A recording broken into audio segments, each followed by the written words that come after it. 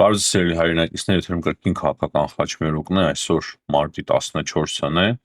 և այսօր էլ շատ կարևոր հաղորդում ունենք, հիմա ասելու եք ամեն օր ասում եմ կարևոր հաղորդում ունենք, բայց երեկվա մեր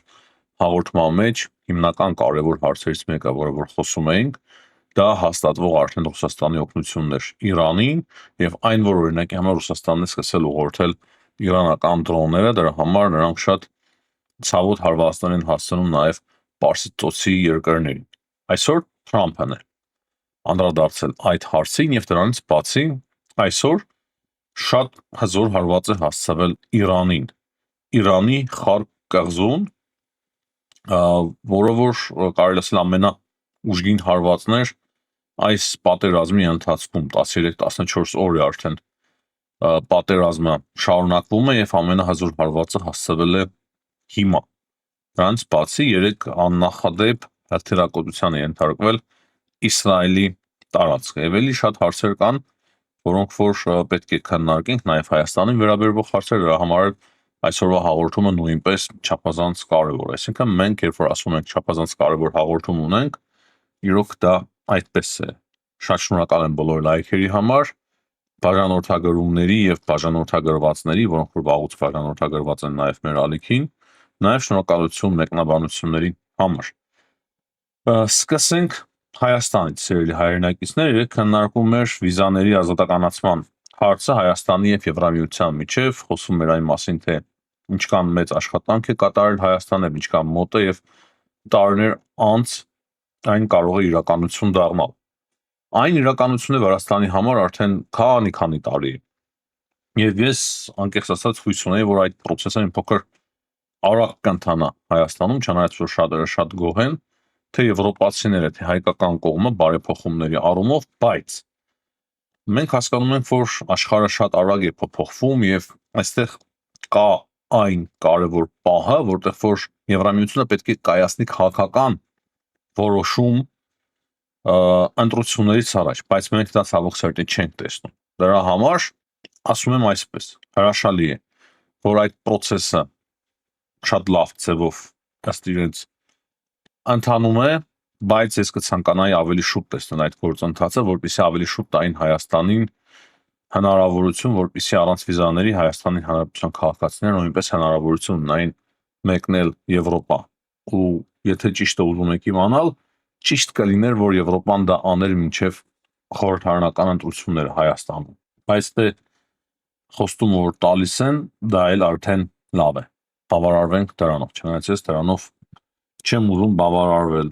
այսպես ասում եմ, Վրաստանի քաղաքացի եմ, այսքան թույլ չունեմ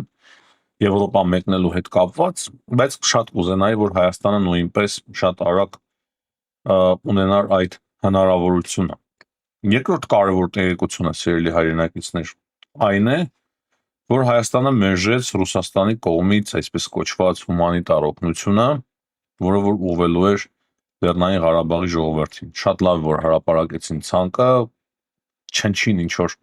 շատ ձևական հումանիտար օգնության մասին է խոսքը, 30 հատ 300 հատ թեյ, չգիտես ինչ, պարզ է որ այդ հումանիտար օգնությունը պետք չէր ընդունել եւ ճիշտ էլ արեցին։ Եվ ճիշտ էլ արեցին Հայաստանի իշխանությունները, դա քաղաքական PR էր եւ իրականում ոչ մի օգնություն այդտեղ չկար եւ եթե նույնիսկ լիներ, պետք չի նման օգնություն ընդունել Ռուսաստանի Դաշնությունից, քանի որ հիմնական մեղավորը կարող ենք այստեղից 1000 անգամ կրկնել, որ Լեռնային Ղարաբաղի մեր ժողովուրդը թողեցիր հազարամյակներով բնակեցված վայրը, հայրենիքը, դա հիմնական մեղավորը դրա Ռուսաստանի Դաշնությունն է։ Այսինքն մեզանից հետո այդպես եթե ձևակերպենք ավելի լավ է, որ մենք միամիտաբար հավատացինք Ռուսաստանին, կոռուպցիայով քանդեցինք եւ չզարգացրինք մեր երկիրը եւ ունեցանք այնինչ ունեցանք։ Մեզանից հետո հիմնական ամենամեծ մեղավորը դա Ռուսաստանի Դաշնությունն է։ Հաջորդ կարևոր հարցը այն է, որ Ալեն Սիմոնյանը, ազգային ժողովի նախագահ Ալեն Սիմոնյանը եւ նրա գլխավորած պատվիրակությունը մեկնելու է Թուրքիա եւ այդ պատվիրակությունը կմասնակցի միջխորհրդարանական միության 152-րդ վեհաժողովին։ Մեզ համար դա նաեւ կարևոր է նրանով, որ հնարավոր կլինի բանակցություններ անցկացնել թուրքական կողմի հետ, ճիշտ է, բայց այստեղ էլ կան լուրջ բայցեր։ Թուրքիայի հետ ինչքան էլ բանակցում ես, միևնույնն է նրանք առանց ադրբեջանցիների որևիցե քայլ չեն անում։ Այդպիսի մեծ մի պետություն ցույց է տալիս, որ ունակ չէ առանց Ադրբեջանի որևիցե որոշում կայացնելու։ Ուրիշ վախդ շատ հզոր են, տարածաշրջանի գերտերություն են, բայց առանց Ադրբեջանի ոչ մի քայլ չեն կարող անել։ Դա էլ պետք է ասել, եւ դրա մասին էլ պետք է խոսվի, որպեսզի թուրքերի ականջը հասնի, որ հայկական հասարակական հատվածում, լրատվամիջոցներում, փորձագիտական շրջանակներում այդ տպավորությունը ունեն։ Իբր սաղ ամեն ինչ շատ լավ է, լավ արագ ձևով տեմպերը իբր ընթանում են հայ-թուրքական հարաբերությունների կարգավորման, բայց իրականում ոչինչ էլ նորմալ չենք տեսնում, եւ դա միայն Թուրքիայի քաղաքականության պատճառով է, թուրքերի դիրքորոշման պատճառով է։ Պետք է պահանջենք, որպեսզի իրենք իրենց դիրքորոշումը փոխել սկսեն, պետք է պահանջենք։ Հաջորդ հարցը, որը որ կուզենայի ձեզ հետ միասին քննարկել, սիրելի հայրենակիցներ, դա այն է, որ Թուրքիայի տարածքը կրկին հրթիռակոծվել է։ Երեք իրանական կողմից կրկին հրթիռ է արձակվել Ինջիրլիկ ռազմաբազայի ուղղությամբ։ Ու կրկին ՆԱՏՕ-ի զորքերը կարողացել են չեզոքացնել այդ հրթիռը։ Այս մասին տեղեկացնում է Թուրքիայի պաշտպանության նախարարությունը, եւ դրանից բացի սոցիալական ցանցերում նույնպես կադրեր են տարածվում։ Ես արդեն թիվը կորցրել եմ, սա երրորդն է, թե չորրորդն է նման հարձակումը։ Ինջիրլիկի մասին ամենաառաջին հաղորդումները պատերազմի առաջին իսկ օրերին էր, բայց թուրքական կողմը դա փորձեց պահել։ Երեկվա թուրքական կողմի հայտարարություններից, նաև Էրդողանի հայտարարություններից, որ Թուրքիան չի ցանկանում մտնել պատերազմական գործողությունների մեջ, Թուրքիային փորձում են ներքաշել։ Դրանից բացի արտգործ նախարարության հայտարարությունը, Ադրբեջանի պաշտպանության նախարարությունը, որը որ պաշտպանեց փաստացի կրկին միանգամից պաշտպանության նախարարությունն է հանդես գալիս հայտարարությամբ, պաշտպանում է Թուրքիայի տարածքային ամբողջականությունը, դատապարտում է այդ հրթիռները, եւ դրանից բացի նաև հրախոսազրույց տեղի ունեցավ Թուրքիայի արտգործ նախարարի եւ Ադրբեջանի արտգործ նախարարի միջև շատ ակտիվ են, իրար շատ սերտ փորձում են աշխատել, համագործակցել։ Ես խոսել եմ նաև այն մասին, որ Թուրքիայի ցամաքային զորքերի հրամանատարը գտնվում էր Նախիջևանում այդ միջադեպից հետո, բայց կարևոր է այստեղ նշել, որ թուրքերը հասկացնում են, թե մենք նաև ինչ որ միտեղ կասկածում ենք, որ դա իրանցիներն են։ Ինչ այլոց Իրանի արտգործ նախարարությունը թուրքերենով շատ բարեկամական հրապարակում է հրապարակել, հասկացնելով, որ մենք չենք, որ հրթիռակոծում ենք Թուրքիայի տարածքը, դա մեր թշնամիներն են, հակառակորդներն են, հստակ փորձում են մեղքը բարթել Իսրայելի եւ Ամերիկայի Միացյալ Նահանգների վրա։ Բայց այնուամենայնիվ պետք է փաստել մեկ բան, որ իրավիճակը, եթե չասեմ, շատ է լարվում նաև մեր հարևանությամբ Թուրքիայի եւ Ադրբեջանի, բայց այնուամենայնիվ դեռևս անտեսանելի է տենդենց դրա նվազմամբ, այսինքն չի հանգստանում իրավիճակը, անընդհատ Թուրքիայի տարածքը հրթիռակոծվում է իրանական տարածքից, եւ սա նշանակում է, որ շատ լուրջ պլան կա, որպեսզի Թուրքիան եւս ներքաշվի պատերազմի մեջ։ Թրամփի հայտարարություններին անցնենք, Թրամփը երկու օր առաջ ուրիշ բան էր խոսում, Ռուսաստանի մասով դե ոտ նորմալ է դա։ Հիմա ասում է, որ շատ հնարավոր է, որ Պուտինը օգնում է Իրանին, այսինքն Թրամփին շատ ավելի ուշ է տեղացնում, նախ փորձում է հերքել այդ ամենը, հետո երբ որ արդեն հրապարակումները լինում են, ամբողջ աշխարհն է սկսում այդ մասին խոսել, ինքն էլ փորձում է ընդունել, որ հա Ռուսաստանը օգնում է Իրանին։ Մենք դրա մասին երեք շատ մանրամասն խոսել եմ։ Հետո փորձում է նաև ինչ-որ միտեղ արդարացնել Ռուսաստանին, ասելով, որ երևի Պուտինը մտածում է, որ մենք էլ օգնում ենք Ուկրաինային, եւ ասում է, այո, մենք օգնում ենք Ուկրաինային։ Այսինքն խնդիր չի տեսնում, այդպես է դուրս գալիս, որ Ռուսաստանի Դաշնությունը օգնում է Իրանին։ Բայց Ուկրաինայի մասով էլ մի քանի հայտարարություններ արել Թրամփը, որոնք որ որոնցից որ կարելի է ենթադրել, որ ինքը չի ուզում հիմա, որպեսզի Ուկրաինան օգնի Պարսից ծոցի երկրներին հակազդելու այդ դրոնները, հակազդելու այդ դրոնների գրողները։ Ասում է, որ մենք ունենք աշխարհի հզոր ժամանակակից դրոնները, արհեստական բանականությամբ նրանք արդեն աշխատում են եւ ամենահզոր հակաօդային պաշտպանությունը եւ Ուկրաինայի կարիքը չունենք, քանի որ մենք իրենցից առաջ ենք։ Դե տեխնոլոգիապես ես կասկած չունեմ, որ Ամերիկայի Միացյալ Նահանգները շատ առաջ են Ուկրաինայից, հարցը դրանում չէ, բայց հարցը նրանում է, որ Ուկրաինան ամեն օր մարտի դաշտում պայքարում է այդ դրոների դեմ, այդ նույն դրոների դեմ եւ ունի հստակ ձև մարտավարություն, թե ինչպես կարող է պայքարել, ինչպես հնարավոր է պայքարել այդ դրոների դեմ, որը որ չունի Ամերիկայի Միացյալ Նահանգները, բայց որ մենք տեսնում ենք հրաժարումը Ուկրաինայի օգնությունից, սա եւս շատ բան նշանակում է։ Չնայած նախկինում կար տեղեկություն, որ հենց Թրամփը եւ Ամերիկայի Միացյալ Նահանգներն են խնդրել Հավանաբար Ուկրաինան լուրջ պահանջներ է ներկայացրել պատերազմի մասով, Ուկրաինայի դուրը չի գալիս, որ հիմա պատժամիջոցները հանվում են Ռուսաստանի վրայից, նավթի մասով ասում են դա հավելյալ Զելենսկին է խոսում կարծես 10 միլիարդ դոլարի հնարավորություն է տալու Ռուսաստանի Դաշնությանը պատերազմը մեղելու, շարունակելու ընդդեմ Ուկրաինայի։ Իմիջիայլոց երեք Ուկրաինայի նախագահը Վլադիմիր Զելենսկին հանդիպել էր Իրանի շահի որդի Ռեզա Փեհլևիի հետ։ Սա էլ հետաքրքիր եւ կարեւոր ուղերձ է։ Ուկրաինան դարձել է կարեւոր հզոր մի դերակատար ամբողջ աշխարհում քաղաքական առումով։ Դրա համար Ուկրաինայի քայլերը, Ուկրաինայի գործողությունները ամենտեղ քննարկվում են։ Չնայած նրա, որ Ուկրաինայի տարածքները օկուպացվել են Ռուսաստանի կողմից շատ դաժան եւ դժվարին ծանր պատերազմի մեջ է Ուկրաինան, բայց պետք է փաստենք, որ Ուկրաինայի ձայնը բավականին լուրջ ձևով լսելի է ամբողջ աշխարհում։ Դրա համար այդ հանդիպումները նաեւ հարց փոխող հանդիպումներ են։ Կարևոր է նաեւ նշել, որ Զելենսկին հանդիպել էր Մակրոնի հետ, դա չհասցրինք մենք քննարկել, եւ Ֆրանսիան հստակ ասում է, որ մենք կշարունակենք օգնել Ուկրաինային մի պահ, նույնիսկ մի պահ չենք շեղվի այս պատերազմով, որը որ հիմա տեղի ունենում մերձավոր արևելքում։ Երեք մենք մոռացանք խոսել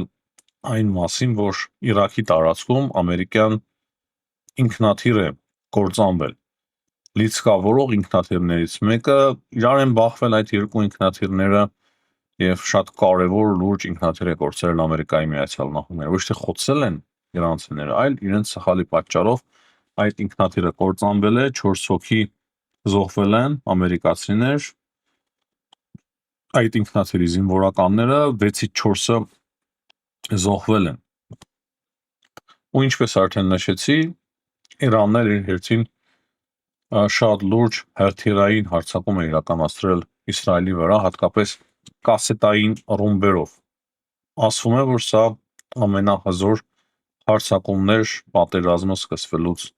ի վեր։ Կարևոր է նաև անդրադառնալ Ամերիկայի Միացյալ Նահանգների պաշտպանության նախարարի հայտարարությանը, Փիթ Հեքսեթի հայտարարությանը։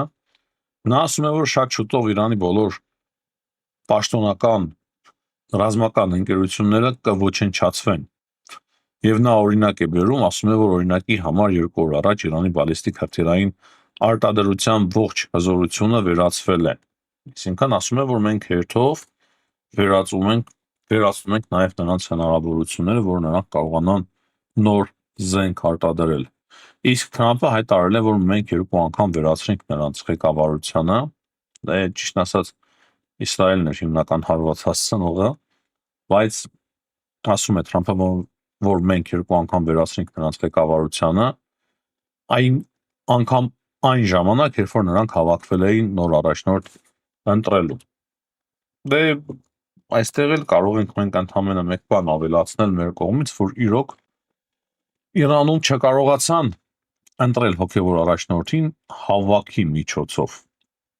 Եվ այդ մասին նոր ընտրված հոգևոր առաջնորդը իմացել է հեռուստաընկերության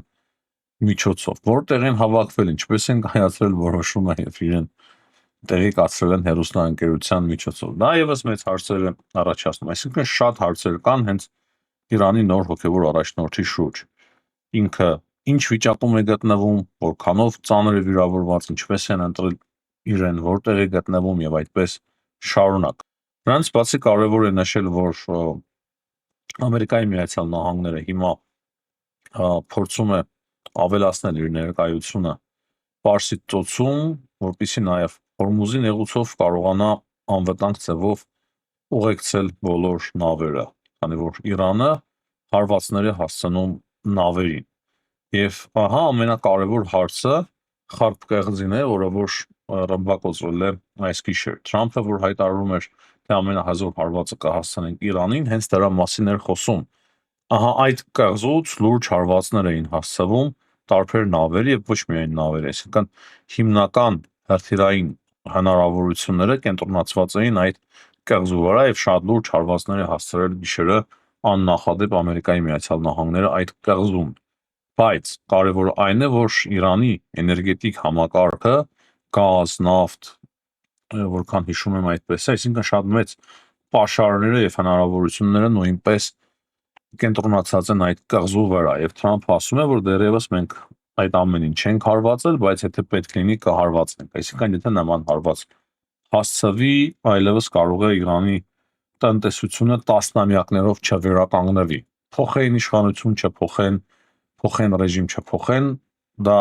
շատ ծանրագույն մեծ ցավալի հարված կլինի Իրանի համար։ Դեռևս Ամերիկայի Միացյալ Նահանգները այդ հարվածը չեն հասցրել են միայն ռազմական օբյեկտներին եւ շատ լուրջ հարված են հասցրել հենց այդ կղզում ռազմական օբյեկտների, բայց տեսնենք ինչպես կշարունակվեն իրադարձությունները զարգանալ։ Բայց այս ամենի հետ մեկտեղ կան տեղեկություններ այն մասին, որ Ֆրանսիան եւ Իտալիան տակից բանակցություններ են վարում Իրանի հետ, որպեսզի Հորմուզի նեղուցով իրենց նավերը անխոչնդոտ անցնեն, չգիտեմ որքանով դա ճիշտ է, որքանով սխալ, բայց այսպիսի տեղեկություններ կան եւ ես էլ որոշեցի այդ մասին ձեզ տեղեկացնեմ։ Իրանը այսօր գիշերը նաև հարված է հասցրել Բաղդադում Ամերիկայի Միացյալ Նահանգների դեսպանատանը։ Դրա մասին եւս կարծում եմ կարևոր է նշել։ Հիմնականում այսքանը, սիրելի հայրենակիցներ, եթե շատ կարճ փորձեմ ամփոփել, պատերազմը ոչ միայն շարունակվում է, այն ավելի ու ավելի կատաղի է դասել։ Չնայած նրա, որ Իրանը օրեցօր ավելի քիչ հրթիռներ ունի, եւ դա երևում է նաեւ իր հարվածներից Իսրայելի ուղղությամբ հրթիռային օրեցօր նվազող, բայց այս անգամ կարծես թե ավելի հզոր մեծ քանակությամբ հրթիռներ է կարողացել արձակել Իսրայելի ուղղությամբ։ Հնարավոր է շաբաթը մեկ ինչ որ նման բաներ մենք տեսնենք, բայց ընդհանուր առմամբ նրանց հրթիռային հնարավորությունները նվազում են։ Ռուսներն են փորձում կառավարել դրոնային համակարգը եւ չեմ կասկածում, որ նաեւ հրթիռային համակարգը դրա համար Իրանին հաջողվում է համեմատաբար ավելի լուրջ դիմադրություն ցուցաբերել եւ կասկած չունեմ, որ այդ ամենում ներգրաված է նաեւ Չինաստանը։ Որքան կշարունակվի այս պատերազմը դժվար է ասել, ասում են, որ Սպիտակ տանը կիսվել են երկու մասի, մի մասը հորդորում է կոչի անում Դոնալդ Թրամփին շատ արագ ավարտել պատերազմը, ուղղակի հայտարարել հաղթանակի մասին, իսկ մյուս մասը ասում է, որ չէ, սա կլինի խայտառակ պարտություն եւ ավելի վատ արդյունքներ մենք կունենանք մերձավոր արևելքում։ Դրա համար Թրամփը մեկ օր ուրիշ հայտարարություն է անում, մեկ ուրիշ օր լրիվ ուրիշ։ Տեսնենք թե ինչպես կզարգանան իրադարձությունները։ Ես կողմնակից եմ նրա, որ Ամերիկայի Միացյալ Նահանգները հետևողականորեն գնան Իրանում ռեժիմի փոփոխության հետևից։ Քանի որ դրանից է կախված նաև մեր ճակատագիրը։ Հաջողություն եմ մաղթում բոլորին, ցտեսություն, կհանդիպենք։